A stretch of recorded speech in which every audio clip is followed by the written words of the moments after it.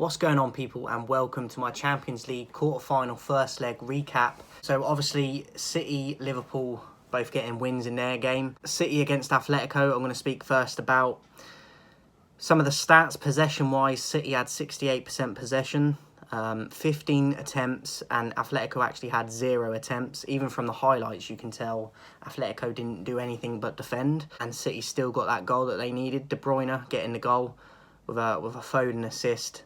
And it sets them up nicely for the away leg, which I think will very much go in the same fashion as this. I expect Atletico to get shots on goal in the second game because they'll be at home and it'll just be a tougher atmosphere. And I would not be surprised if Atletico do get a goal in the home leg. But I think City, I favour them to go through in that. Obviously, going in the first game, getting a 1-0 victory, clean sheet, and comfortably... I think they comfortably won that, even though it was just a 1-goal margin. It could have been more. The way Atletico play, they just set up to get on the counter and snatch a goal if they could. But as I said, they had no attempts. So not good from Atletico. Obviously knocked out United in the last round, but City a different calibre to United, as we know. And I think, as I said, going off some of the stats... City were very, very comfortable, and even from the highlights, as I said, you don't even need to watch the whole game to pick up on that. So, yeah, 1-0 Man City comfortably into the second leg. I think they'll go through now. Obviously, anything can happen in football, as we know, but I think they're set up nicely for that second leg now. Benfica versus Liverpool. I actually watched this one, and I thought Benfica had a few opportunities here and there. Obviously did get a goal, and I would just like to say I'm a big admirer of that Darwin Núñez. I'd heard about him a little bit before, but I hadn't watched him yet. It was the first time seeing him, and I was impressed by him. Just how he plays for a taller guy. He's not that quick, but he's got a good technique about him. A little burst of acceleration that is enough to cause problems. And yeah, I like the look of him. He actually got the goal for Benfica as well. Konate, Mane and Diaz getting Liverpool's goals. They just look comfortable, Liverpool. It doesn't matter sometimes if they're away or not because they play like the home team. And this was another game where that kind of happened. So some of the stats. The possession, Liverpool had 64% in the game. 18 attempts for Liverpool, 9 for Benfica. Passing accuracy, 89 for Liverpool, 78 for Benfica. So, Benfica were in the game a bit, but on the overall balance of play and just when you watch it, you could tell that Liverpool were comfortable. Konate getting a goal, I think that might be his first goal for them as well. So, and Diaz, just since they bought him, he's fitted in straight away. And just another bit of decent recruitment by Liverpool because they seem to know the right players to fit into their system straight away. But as I said, big fan of that Darwin Núñez. I'd like to see more of him in the future. But Liverpool comfortable in this one, 3-1 away win. And going into Anfield for that second leg, I think they'd be comfortable winners to go through to the semi-finals. So, yeah, 3-1 for Liverpool. Chelsea 1, Real Madrid 3. A bit of an upset in that one, especially being at Stamford Bridge with that scoreline. Benzema hat-trick. I watched it.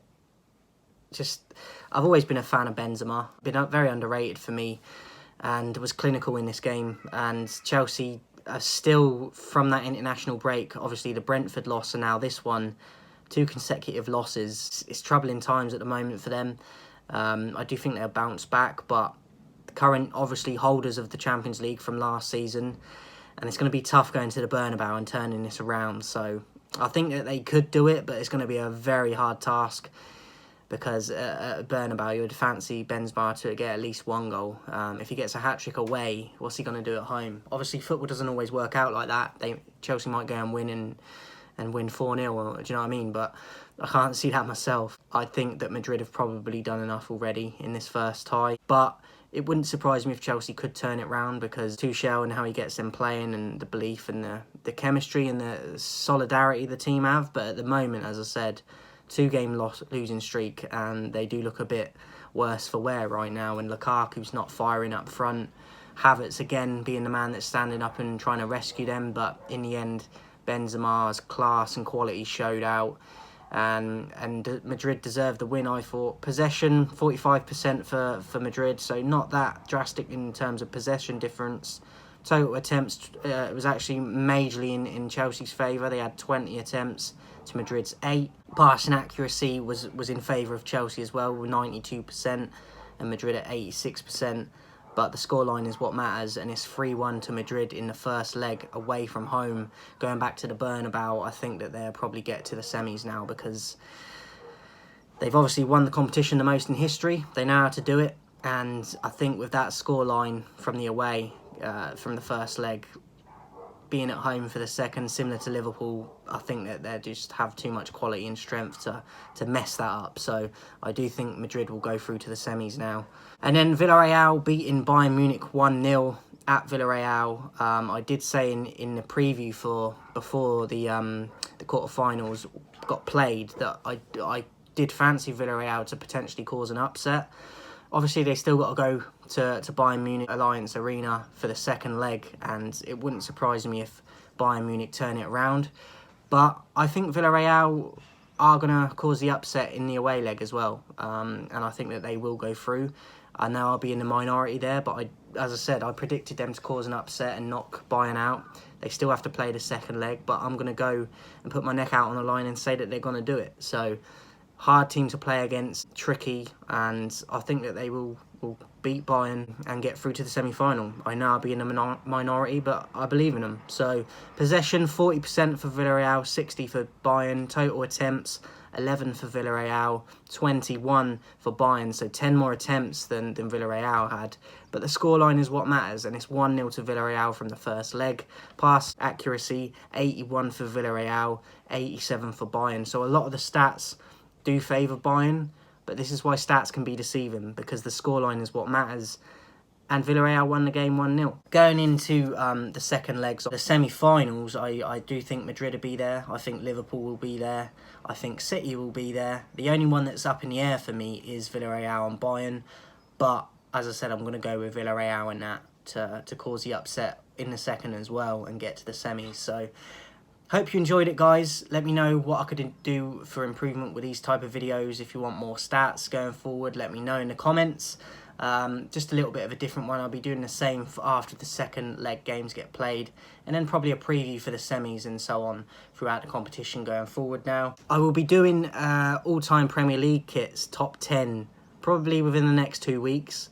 I've been working on it for ages in terms of narrowing it down. I've gone through every year and picked out kits and narrowed it down from about 100 plus kits I had originally to get them to 10. So it's been one of the hardest things I've ever done, and I hope that you guys enjoy that video when I put it out, because it's been the hardest and the most research I've ever had to do for a video. And it takes time, even though a video might even be like 6 minutes. The research and planning behind videos sometimes can be a lot more, and people don't always see that don't do YouTube. So hope you guys appreciate that when it's coming. I look forward to doing it. As I said, it's taken me ages to get to a top 10. I finally got to it today. I'm now just in the process of ranking them from 10 to 1. But that will be coming in the next couple of weeks, guys. Just thought I'd let you know, because I haven't done a top 10 for a while. Before I go, the target is 2,000 subscribers by the 1st of June. I can only do it with your guys' support and help. So make sure you share the videos, get people to subscribe that you think will like the content, your friends, family, whoever. Make sure the notifications are switched on so you know when I go live or put pre-recorded videos up. And that's about it, guys. Come and join me on the road to 2,000. Let's get there before the 1st of June if possible. But I can only do it with your guys' support. So I hope you enjoyed the football at the weekend as well, guys. West Ham are also playing in the quarterfinal of the Europa tonight. I might check that out, so if you're interested in that. There are 4 quarterfinals being played tonight for the Europa, just in case you weren't aware. And then obviously we've got the Premier League games starting tomorrow. We've got a game tomorrow night, then Saturday and so on for the Premier League games. So lots of football. We love that. Hope you enjoyed the video, guys, and I'll see you soon.